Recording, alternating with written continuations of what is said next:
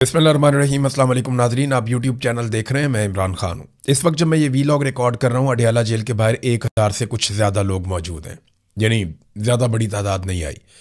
ये दावा किया गया था पाकिस्तान तहरीक इंसाफ की जानिब से कि 10,000 लोगों को लाया जाएगा अडयाला जेल के बाहर। लीडरशिप की जानिब से ऐलान किया जाता है, लेकिन बड़ी बेदिली के साथ। ऐसा लगता है कि वो अपनी अपनी ड्यूटी के लिए अडयाला जेल के बाहर पहुंचते हैं, लेकिन कोई भी नहीं चाहता कि बड़ी तादाद में लोग अडयाला जेल के बाहर आए।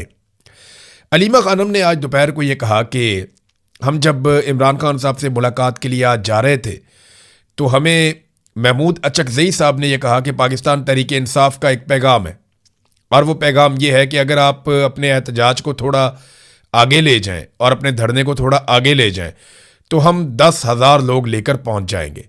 तो उन्होंने कहा जी क्या वक्त? उन्होंने कहा जी 2 बजे की बजाय आप 6 बजे पे ले जाएं।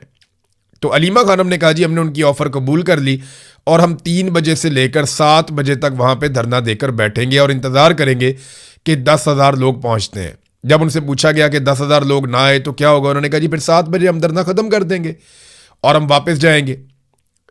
तो एक ऑफ़र हुकूमत की जानिब से मुबैना तौर पर की गई थी, क्योंकि खैबर पख्तूनख्वा के बजट के मामलात में पाकिस्तान की मिलिट्री एस्टेब्लिशमेंट को खैबर पख्तूनख्वा की हुकूमत से कुछ सहूलतें चाहिए, यानी सरप्लस बजट चाहिए, तरक्याती कामों में कटौती चाहिए, और खैबर पख्तूनख्वा की हुकूमत की मर्जी या इजाज़त चाहिए, या उनका बजट इस तरह से वो बनाना चाहते हैं कि वफाक को उसका फ़ायदा पहुँचे।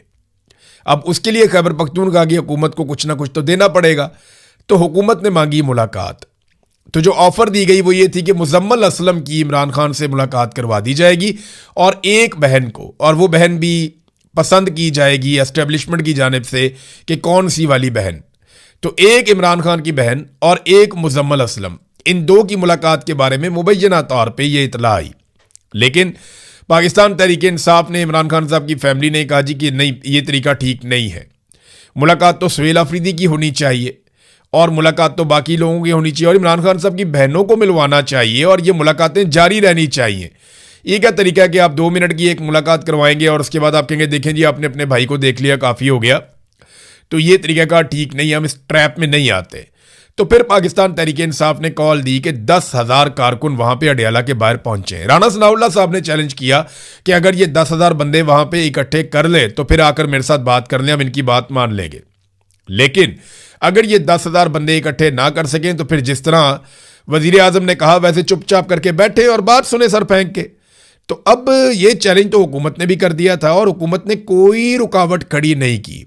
पाकिस्तान तहरीक इंसाफ की लीडरशिप के रास्ते में हुकूमत ने कोई रुकावट खड़ी नहीं की, लेकिन इसके बावजूद 1,1200 लोग, मेरे ख्याल में मैक्सिमम 1,500 होंगे, इससे ज़्यादा लोग पाकिस्तान तहरीक इंसाफ इकट्ठे नहीं कर पाई।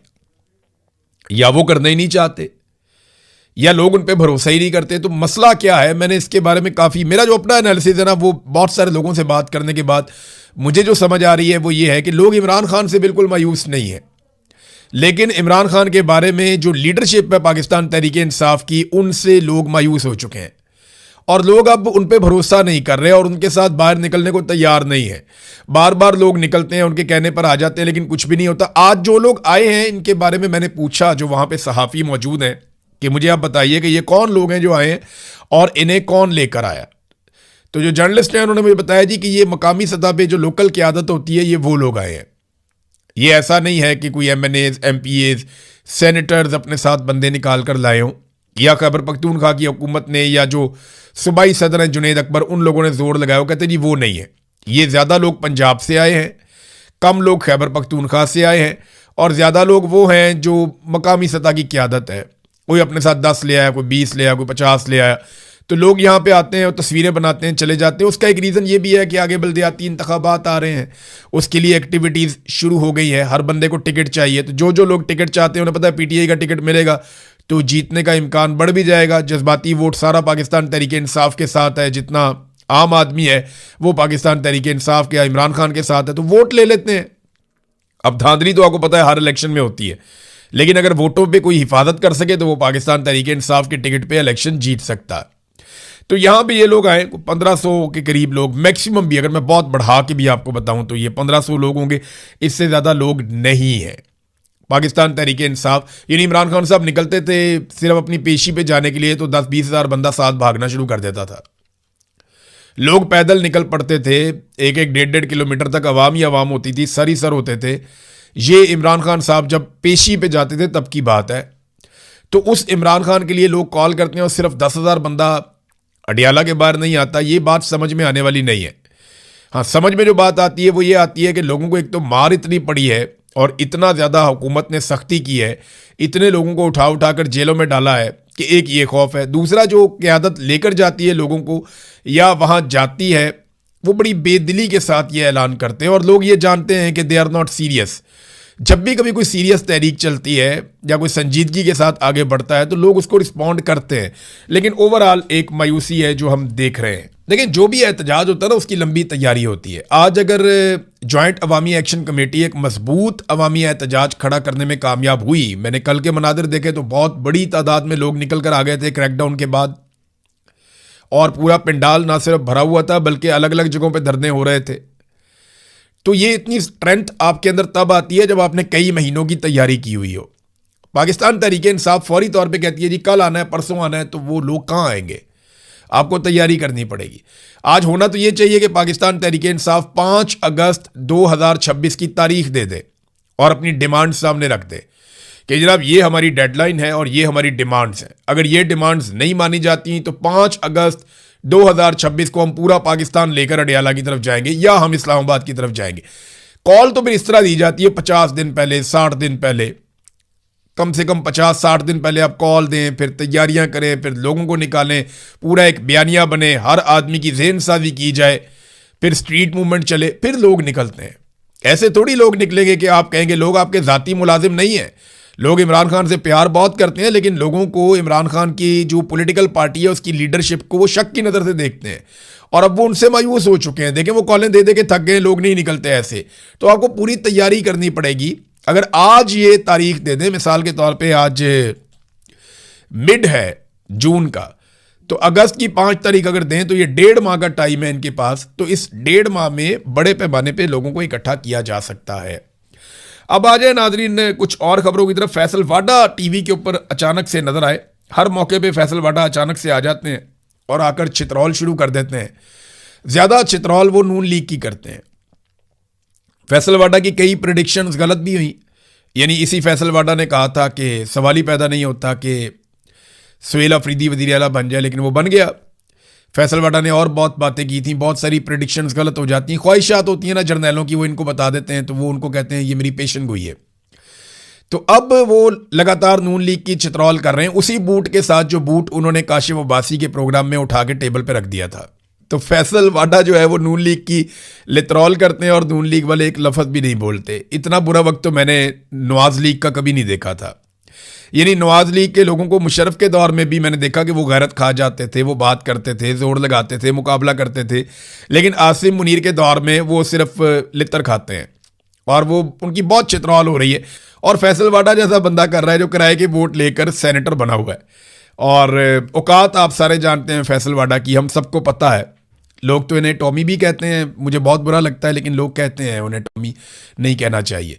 लेकिन फैसल वाडा ने जर्नैलों की तारीफ़ें की हैं, फ़ौजी क़यादत की बहुत ज़मीन आसमान के कलाबे मिलाए उनकी तारीफ़ें की, और सियासतदानों को जो है वो ये बहुत रगड़ा लगाते हैं, उनकी ठुकाई करते हैं। तो सियासतदानों के अंदर एक घुसपैठिया है जो जिस थाली में खाता है उसी में छेद करता है। सियासतदानों को ना ऐसे लोगों को पहचानना चाहिए और उनको अपनी सफ़ों से अलग करना चाहिए जो सियासतदानों को ही गाली देता है और सियासतदान के तौर पे ही पहचाना जाता है। हमारे सहाफ़ियों में भी ऐसे लोग हैं।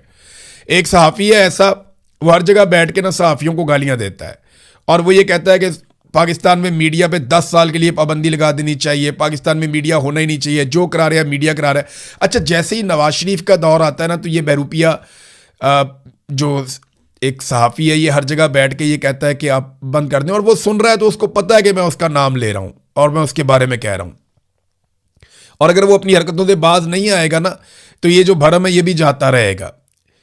तो ये मीडिया को गालियां देता है नवाज शरीफ के दौर में कि मीडिया अच्छा नहीं है। इमरान खान के दौर में ये आज़ादी इज़हार राय का एक दाई बन जाता है, एक उसके लिए बहुत बड़ी आवाज़ बन जाता है।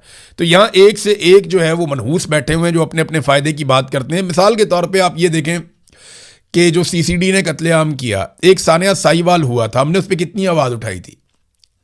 पाकिस्तान के मीडिया ने ट्रांसमिशंस कर दी थी, हेडलाइंस चलती थी, बहुत रोला डल गया था पूरे मीडिया पे, शोर मच गया था कि साहिवाल के अंदर जो सीटीडी ने किया उस दौर में वो कितना बड़ा जुल्म था।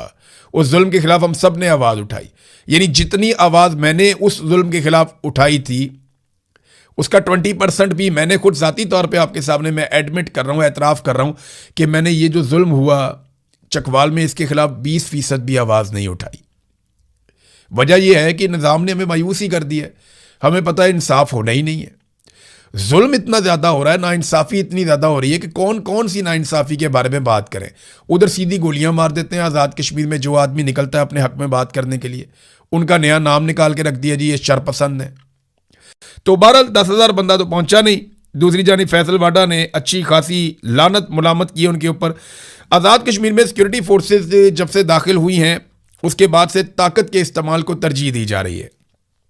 ज़बानी बातचीत या कोई आपस में बैठना सियासतदानों का, उस पर लगभग पाबंदी लग चुकी है। देखिए सियासतदान बैठते हैं, कोई ना कोई मसला हल होता है, लेकिन मैं आपको बार बार बता रहा हूं कि जो फोर्सेस हैं वो लगातार स्ट्रेट फायर करती हैं, लोगों को ज़ख्मी किया जाता है, लोगों को मारा जाता है और टॉर्चर भी किया जाता है, लोगों की गिरफ्तारियां हो रही हैं, उनकी इमलाक को नुकसान पहुंचाया जा रहा है। ये सब कुछ इसलिए है कि इंतशार फैलाया जाए, ये सब कुछ इसलिए है कि लोगों को इश्तियाल दिलाया जाए और फिर आज़ाद कश्मीर के अंदर अपने मकासद पूरे किए जाएं। ये जो 12 नशिस्तें हैं ये मिलिट्री एस्टेब्लिशमेंट और नून लीग ने अपनी रेड लाइन बना ली है, क्योंकि वो ये जानते हैं कि इन्हीं 12 सीटों की मौजूदगी में वो आज़ाद कश्मीर में अपनी हुकूमत कायम करने के काबिल होंगे। इसके बगैर वो अपनी हुकूमत कायम करने के काबिल भी नहीं रहेंगे। देखिए अभी मैं बात कर रहा था सीसीडी वाले केस की, इसमें एक चीज़ हमें ध्यान में रखनी पड़ेगी कि जिस मुल्क में मिस्टेकन आइडेंटिटी में बंदे मार दिए जाएं कि जनाब पता ही नहीं चला गलती से मार दिया, और ये खबरें आलमी सतह पे छपें, वहाँ पे कौन सियाहत लेकर आएगा, वहाँ पे कौन सरमायाकारी लेकर आएगा। इसके खिलाफ आवाज़ उठानी चाहिए और ये हरकतें बंद करनी चाहिए। अदालतों का वजूद पाकिस्तान में ख़त्म हो गया है। पुलिस मुकाबलों में और जाली पुलिस मुकाबलों में लगातार बंदे मारे जा रहे हैं। दहशतगर्दी पाकिस्तान में बढ़ती चली जा रही है, बढ़ती चली जा रही है, कम होने का नाम ही नहीं ले रही। तो ये सारी चीज़ें अगर आप प्लस माइनस करके देखें तो पाकिस्तान खसारे में जा रहा है। और उसका जिम्मेदार कौन है? पाकिस्तान की मुसल्लत करदा हुकूमत। और इसको मुसल्लत किसने किया? फील्ड मार्शल आसिम मुनीर ने। अपने मफाद के लिए देखें ना, उन्हें ही फ़ायदा पहुंचा है ना, पाकिस्तान को तो नुकसान ही हुआ। पाकिस्तान की तो मईशत गिर गई, पाकिस्तान की सरमायाकारी ख़त्म हो गई, पाकिस्तान में दहशतगर्दी बढ़ गई, पाकिस्तान के हालात ख़राब हो गए, सियासी अदम इस्तेहकाम हो गया। पाकिस्तान के साथ तो बहुत बुरा हुआ, लेकिन फील्ड मार्शल आसिम मुनीर के साथ तो अच्छा हुआ ना, उन्हें 5 साल मजीद नौकरी मिल गई और उसके साथ साथ फील्ड मार्शल आसिम मुनीर को इस्तिस्ना भी मिल गया कि ताहयात अगर वो कुछ जुर्म करें तो उन्हें कानून नहीं पकड़ सकता। तनख्वाहदार तबके के हवाले से नाजरीन ये दावा किया गया कि उनका टैक्स कम किया जाएगा, लेकिन हकीकत क्या है ये आप देख लीजिए। रवा माली साल तनख्वाहदारों से 655 अरब रुपए जमा किए गए, जबकि आइंदा बजट में 700 अरब वसूल किए जाएंगे। ये ना आम आदमी को पता ही नहीं है उनके साथ क्या हो रहा है। ये आपकी जेब का एक सुराख बंद कर रहे हैं ना, तो 4 मजीद सुराख आपकी जेब में पैदा कर रहे हैं। ये आपका खून पसीना निचोड़ लेंगे। और याद रखिएगा 1 से 2 साल अगर ये हुक्मरान मजीद रहते हैं और इन्हीं पॉलिसियों पे काम करते हैं और पाकिस्तान में सियासी इस्तेहकाम नहीं आता, तो पूरा पाकिस्तान वो कीमत चुकाएगा जिसका हम कभी अंदाज़ा भी नहीं लगा सकते। ये मईशत को पूरी तरह निचोड़ के रख देंगे। ब्रेन ड्रेन बहुत बड़े पैमाने पर हो रहा है। इमरान खान साहब की बहनों का एक मुवाक्किफ भी आया है, ज़रा वो भी मैं आपके सामने रख देता हूँ। और उन्होंने कहा जी कि हमें इतला मौसूल हुई है कि 15 जून को इमरान खान को एक बार फिर पिम्स अस्पताल मुंतकिल किया गया। हमें बैरिस्टर गौर की ट्वीट के ज़रिए से मालूम हुआ। जो जारी किया गया है तिब्बी रिपोर्ट, हम उसको मुस्तरद करते हैं अस्पताल इंतज़ामिया की जानिब से। माजी में भी मशकूक दावे ये इदारा कर चुका है कि इमरान खान की बिनाई 90% बहाल हो चुकी है। बाद में जब उनके वकील अडियाला में मुलाकात के लिए गए तो इमरान खान साहब ने इस दावे को मुस्तरद कर दिया, जी मेरी जो नज़र है वो बहाल नहीं हुई। एक बुनियादी सवाल अब भी जवाब तलब है, इमरान खान को 5वें इंजेक्शन की ज़रूरत क्यों पेश आई? हम हुकूमत के मौक़िफ़ को कबूल नहीं करते। हमारा मुतालबा है कि इमरान खान का मुआयना और इलाज इस्लामाबाद के शिफा इंटरनेशनल अस्पताल में आज़ाद और मुस्तनद माहिर डॉक्टरों से करवाया जाए। फिर उन्होंने अदालती अहकामात बताया कि जनाब हमारी मुलाकात के लिए अदालतों ने भी कहा हमारी मुलाकात नहीं होने दी जा रही। इमरान खान साहब को कैद तन्हाई में रखा हुआ है। इमरान खान को हुकूक से महरूम करना महज एक सियासी मसला नहीं बल्कि जेल मैनुअल और हाई कोर्ट के अहकामात की सरी खिलाफ वर्जी है। जेल मैनुअल के मुताबिक इमरान खान दर्ज झेल हकूक के हकदार हैं। नंबर 1, अपने बेटों से हफ्तावार टेलीफोनिक गुफ्तगू, ख़ानदान के अफराद से हफ्तावार मुलाकात, अपने वकला से हफ्तावार मुलाकात, किताबों और मुताले के मवाद तक रसाई, टेलीविज़न और अखबारात तक रसाई, मुनासिब तिब्बी इलाज और बाकायदा तिब्बी मुआयनों तक रसाई, किसी भी तिब्बी अमल या तरीक़ा इलाज से कबल करीबी अहल खाना को इतला देना। इसके अलावा जो हाई कोर्ट के अहकामात हैं उसके मुताबिक वो ये बताती है कि इमरान खान को अपने बेटों से टेलीफोन पर बात करने की इजाज़त दी जाए। ये हाई कोर्ट ने बाकायदा अहकामात दिए हुए हैं और मुलाकातें भी करवाई जाएं। और 6 दोस्त जिनमें पार्टी नुमाइंदगान भी शामिल हों हर जुमेरात को उनसे मुलाकात कर सकते हैं, लेकिन इमरान खान साहब की मुलाकातें बंद हैं। उनकी बहनें जो है वो मुतालबात कर रही हैं, पार्टी जो है वो मुज़ाकरात कर रही है हुकूमत के साथ, और हुकूमत जो है वो अब उनका मजाक उड़ा रही है। नादरीन, शहबाज शरीफ साहब ने ट्वीट किया और उस ट्वीट में 8 लोगों को मेंशन किया, यानी 8 लोगों को वो ट्वीट टैग किया कि ये 8 लोग हैं जिनकी वो खुशनुदी हासिल करना चाहते हैं। ये जो जंगबंदी हो रही है ईरान और अमेरिका के बीच में, तो पराई शादी में अब्दुल्ला दीवाना, वो कैसे, मैं बताता हूँ आपको। शहबाज शरीफ ने जो टैग किया वो ट्रंप को किया, नायब सदर अमेरिका के जेडी वेंस उनको किया, मार्को रूबियो को किया, स्टीव विटकॉफ के एक अकाउंट को किया, फिर स्टीव विटकॉफ के दूसरे अकाउंट को किया। तो पहले 5 अमरीकी अकाउंट्स को उन्होंने टैग किया। फिर बारी आती है ईरान की, यानी ईरान को प्रायोरिटी नहीं दी और ये भी नहीं देखा कि सदर ट्रंप को अगर आपने पहले किया तो फिर आप दूसरे नंबर पे ईरानी सदर को करें, फिर आप अगर जेडी वेंस को करते हैं तो फिर आप कालीबाफ को करें, फिर आप मार्को रूबियो को करते हैं तो फिर आप इराकची को करें। जो तरीकाकार था वो तो ये था, लेकिन 5 अमरीकियों को पहले रखा और 3 ईरानियों को बाद में रखा, जिनमें ईरानी सदर, कालीबाफ और इराकची, ये तीनों थे। अच्छा, अब इनों में से किसी ने भी इसको रीट्वीट नहीं किया। जब मैंने इसको देखा उस वक्त तक किसी ने भी शहबाज शरीफ के ट्वीट को रीट्वीट नहीं किया, हालांकि इनको मेंशन किया गया। जब आप किसी को मेंशन करते हैं तो उसका मकसद यही होता है कि वो इस पर रिस्पॉन्ड करे या कम से कम वो देख ले, लेकिन किसी ने भी रीट्वीट नहीं किया शहबाज शरीफ के ट्वीट को। तो हमारी हालत वो है कि अपने घर के अंदर भूख है, बच्चे स्कूल नहीं जा रहे, बर्तन बिक गए हैं, कर्जे चढ़ गए हैं।